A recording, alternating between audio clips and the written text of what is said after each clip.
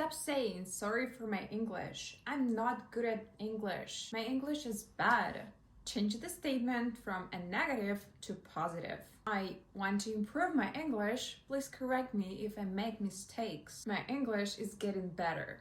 I love learning English. Make 2026 the year you finally master English. And let me show you the fastest way with Fluently app. Hey Anna, fancy chatting about travel hacks, foodie adventures, or maybe some fun memes? Let's jump into food topic. I want to know if you ever failed while cooking.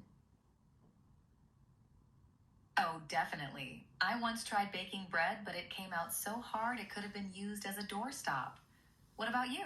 Any kitchen disasters lately? Fluently is like a real speaking partner, just better because it's always there for you, anytime, anywhere. Practice before interviews or boost your speaking a little every day. Stop scrolling. Go practice your English with Fluently app.